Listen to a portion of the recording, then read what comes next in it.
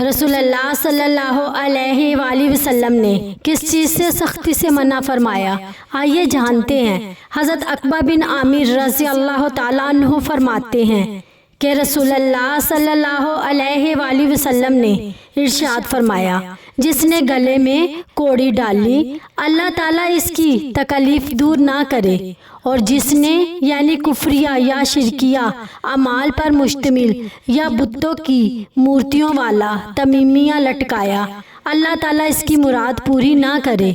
بعض لوگ یہ سمجھتے ہیں کہ گلے میں کوڑی، دھاگا یا تعویذ لٹکانے سے نظر بد، بیماری یا مصیبت سے حفاظت ہو جائے گی، حالانکہ یہ ایک سچے مسلمان کا یقین صرف اللہ تعالیٰ پر ہونا چاہیے۔ حفاظت دینے والا، مشکلات دور کرنے والی اور حاجتیں پوری کرنے والی ذات صرف اللہ تعالیٰ کی ہے۔